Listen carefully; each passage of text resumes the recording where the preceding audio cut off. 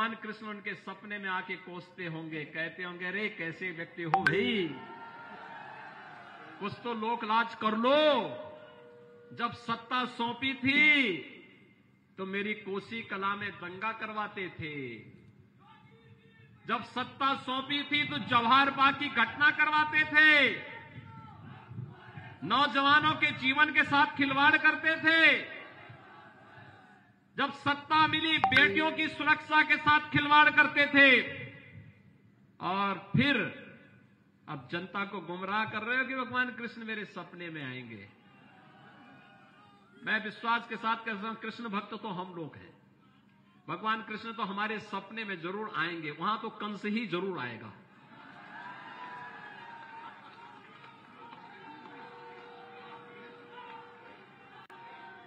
कंस भी इस बात के लिए तरस रहा होगा कि मेरा भी कोई अवतार चलो हो रहा है। और इसलिए भाइयों बहनों, देखिए, सरकार जब बनती है कैसे गरीबों के हित के लिए कार्य होते हैं। ये तीनों दलों में होड़ लगी है। किस बात की होड़ लगी है? कौन कितने बड़े अपराधी को टिकट दे दे। कांग्रेस में, सपा में, बसपा में एक एक ढूंढ ढूंढ करके लाई जा रहे हैं। विकास उनका एजेंडा नहीं है। कहते हैं हम बिजली फ्री दे देंगे। अरे तुम्हारे यहां तो बिजली नहीं आती थी क्या? सपा की सरकार के समय बिजली मिलती थी क्या? उनसे कोई उम्मीद करते हैं क्या? कोई विश्वास करते हैं? वे तो अंधेरे में रहने के आदी हैं, क्योंकि चांदनी रात चोरों को अच्छी नहीं लगती। ये बिजली उनको कहां से अच्छी लग जाएगी? आज तो गांव-गांव में जब बिजली जलती है, 24 घंटे बिजली जलती है। पहले हमारे किसान भाइयों के यहां, अन्नदाता किसान के खेत से पंपिंग सेट भी चोरी हो जाता था। आज कोई चोरी करने का दुस्साहस करेगा? आज तो नहीं करेगा। और इसलिए भाइयों बहनों, कहते हैं हम ये करेंगे। अरे जब मौका मिला था तब क्या किया था ये तो बताओ। चर्चा तो तीनों सरकारों को करना चाहिए। कांग्रेस ने क्या किया, समाजवादी पार्टी 4 बार थी, क्या किया, बहुजन समाजवादी पार्टी 3 बार थी, उसने क्या किया।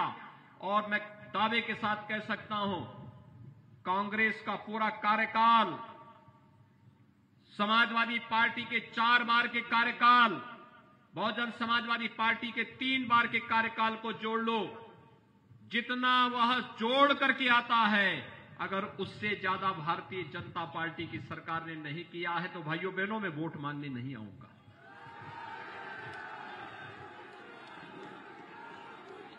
हमने तो 43 लाख गरीबों को एक एक आवास दिया है। पहले मुख्यमंत्री बनते थे, मंत्री बनते थे, अपने लिए आवास बनाते थे, गरीब की चिंता नहीं करते थे। हमें मौका मिला, हमने कहा नहीं, मुख्यमंत्री का तो कोई भी नहीं, मेरे लिए तो उत्तर प्रदेश की 25 करोड़ जनता परिवार है, लेकिन प्रदेश के गरीबों का मकान बनना चाहिए। 43 लाख गरीबों का एक एक मकान बना के दिए हैं।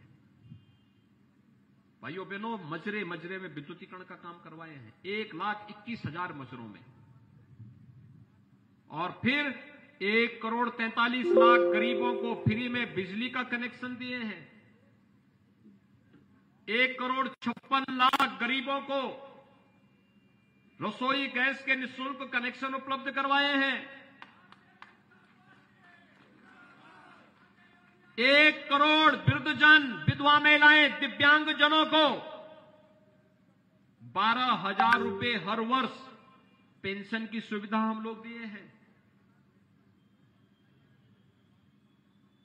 9 करोड़ गरीबों को 5 लाख रुपए की साल में स्वास्थ्य की गारंटी का कार्ड उपलब्ध करवाए हैं। कहीं भी जाएंगे वो कार्ड से उनका उपचार हो जाएगा। और 15 करोड़ गरीबों को, डबल इंजन की सरकार है तो डबल डोज राशन का भी उपलब्ध करवाने का कार्य कर रहे हैं।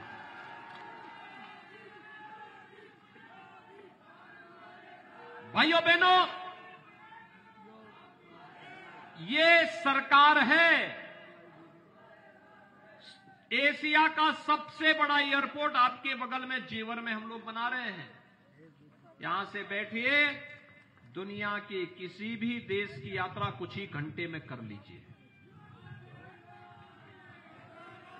गंगा एक्सप्रेसवे आपके बगल से बना रहे हैं हम लोग, मेरठ से सीधे प्रयागराज तक। सुबह जाइए और स्नान करके प्रयागराज संगम में स्नान करके शाम को अपना घर वापस आइए।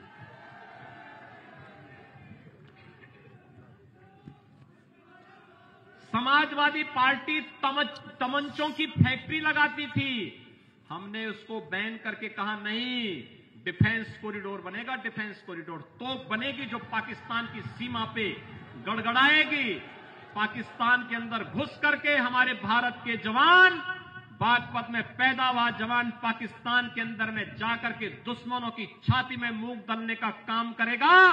वो तोप यहां बनेगी यूपी में। सपा के मुखिया कहते हैं कि पाकिस्तान तो सर्टिफिकेट पाकिस्तान को देता है, वो गन्ना की चिंता नहीं करता, वो जिन्ना की उनको चिंता है। और इसलिए भाइयों बहनों, मेरी आप सबसे अपील है, वहां विकास के नाम पे क्या होता था? आप सपा की सरकार के समय के किसी एक विकास कार्य को मुझे गिनवा दीजिए, केवल एक विकास उसका दिखाई देगा, और वह है कब्रिस्तान की बाउंड्री। कब्रिस्तान की बाउंड्री के अलावा कोई विकास वहां हुआ ही नहीं। और भाइयों बहनों, हमारी सरकार में उत्तर प्रदेश के 700 मंदिर या धाम, इनके लिए पैसा देकर के इनका सुंदरीकरण का कार्य किया गया है। कैसे विकास होता है, ये विकास का मॉडल है। और इसीलिए मैं आप सबसे अपील करने के लिए आया हूं। सहेंद्र सिंह रमाला जी ने छपरौली की चीनी मिल लगाने के लिए सरकार के साथ कहा था। इन्होंने कहा था उस समय कि साहब, चौधरी साहब को नहीं आई हूं, चौधरी साहब ने 1980 में कहा था कि इस चीनी मिल का विस्तारीकरण होना चाहिए। सपा, बसपा, कांग्रेस सभी दल आ गए, कोई नहीं कर पाया। लोक दल भी उनके साथ था, तब भी नहीं कर पाए, चौधरी साहब का सपना नहीं पूरा कर पाए। इन्होंने कहा कि सरकार में दम है तो सरकार दिखा दे अपना दम, और फिर अगर सरकार हमारे यहां के किसानों का इस कार्य को करती है तो मैं भी बिना किसी शर्त के भारतीय जनता पार्टी के साथ मिलकर के फिर आगे की राजनीति करूंगा। और भाइयों बहनों, हमने कहा भी ये तो अन्नदाता किसानों का मामला है, ये हम करेंगे। आपने सांसद जी को बुलवाइए। नई चीनी मिल लगा दी आपके रमाला में, ये सामने दिखाई दे रही थी, मैं जब आ रहा था सामने चीनी मिल दिखाई दे रही थी, मैं आया था उद्घाटन के समय में भी। और भाइयों बहनों, चौधरी साहब के सपने को सही मायने में साकार डॉक्टर सत्यपाल सिंह और सहेंद्र सिंह रामाला ने किया है। चौधरी साहब का सपना वे लोग नहीं साकार कर सकते। जब मुजफ्फरनगर का दंगा होता है, वे एक बार भी हालचाल लेने तक नहीं जाते हैं, एक भी बार हालचाल लेने नहीं गए, और वही गलती फिर से दोहराने का प्रयास कर रहे हैं। जाटों का टिकट काट करके उन्हीं लोगों को फिर से टिकट देने का प्रयास कर रहे हैं जिन्होंने वहां पर सचिन और गौरव की हत्या कर दी थी। भाइयों बहनों, ये अस्वीकार्य है, नहीं स्वीकार किया जाना चाहिए। और मेरी आप सबसे अपील होगी, आप सबसे मेरी अपील होगी, अगर आप चाहते हैं कि प्रदेश में ऐसे ही कानून का राज बना रहे, अगर आप चाहते हैं कि थानों का संचालन कोई हिस्ट्री शीटर न करे, अगर आप चाहते हैं कि तुष्टीकरण की जिस नीति को सपा ने, बसपा ने, कांग्रेस ने प्रदेश के अंदर लागू करके प्रदेश को दंगों की आग में झोंका था, ये बंद होना ही चाहिए। अगर आप चाहते हैं कि सोतीगंज जैसे बुलडोजर चलते रहें, अगर आप चाहते हैं कि बेटियों की सुरक्षा की पुख्ता व्यवस्था हो, अगर आप चाहते हैं हमारे नौजवानों को नौकरी और रोजगार की ऐसी गारंटी मिलती रहे, अगर आप चाहते हैं अन्नदाता किसानों का सम्मान होता रहे और उनका गन्ना मूल्य का भुगतान समय पे होता रहे, अगर आप चाहते हैं कि सर्वत्र कानून का राज हो, आस्था का सम्मान हो, कावड़ यात्रा इसी सम्मान के साथ चलती रहे, गांव, गरीब, किसान, नौजवान, महिलाएं और समाज के प्रत्येक तबके का सम्मान और उत्थान इसी प्रकार से होता रहे, तो इसके लिए मैं आपके पास आया हूं आपसे अपील करने के लिए। अपील एक ही, भारतीय जनता पार्टी ही राष्ट्रवाद, सुशासन और विकास के इस अभियान को आगे बढ़ा सकती, मात्र भारतीय जनता पार्टी। और भारतीय जनता पार्टी में जानता हूं चुनाव आयोग ने कुछ गाइडलाइन तय की, उस गाइडलाइन के अनुसार यहां सीमित संख्या में लोग हैं। मैं देख रहा था बाहर भी, सड़कों पर भी चारों तरफ हजारों लोग खड़े हैं। मेरी भी इच्छा थी उनके बीच में आने की। मैं तो रवाला जी को बहुत दिन से कह रहा था कि मुझे आना है छपरौली में, और भाइयों बहनों मैं आज सबके बीच में इसीलिए आया हूं आपसे कहने के लिए कि आप सब जानते हैं कि बहुत ज्यादा हम लोग बड़ी सभाएं नहीं कर पाएंगे।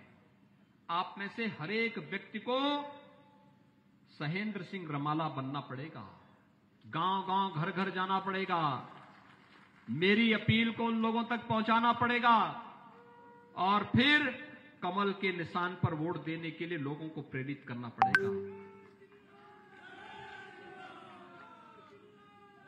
क्योंकि इसके अलावा कोरोना कालखंड में कोई दूसरा माध्यम नहीं।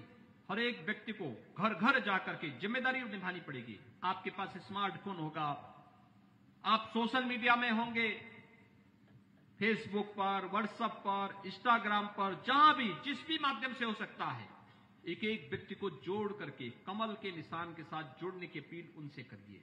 और क्यों? सुरक्षा और समृद्धि के लिए भारतीय जनता पार्टी ही एकमात्र विकल्प है, कोई दूसरा नहीं इसका विकल्प हो सकता। सबका कार्यकाल लोगों ने देखा है और मेरी आप सबसे अपील होगी, आप इस पर करेंगे कि आप लोग सब मेरी बात से सहमत हैं? सभी लोग दोनों हाथ उठा करके, उस सड़क के उस पार भी लोग हैं बड़ी संख्या में, मेरी उनसे भी अपील होगी, क्या वे लोग सहमत हैं? सभी लोग सहमत हैं? तो मेरे साथ दोनों हाथ उठा करके बोलेंगे, भारत माता की, भारत माता की, भारत माता की। धन्यवाद योगी जी। और हम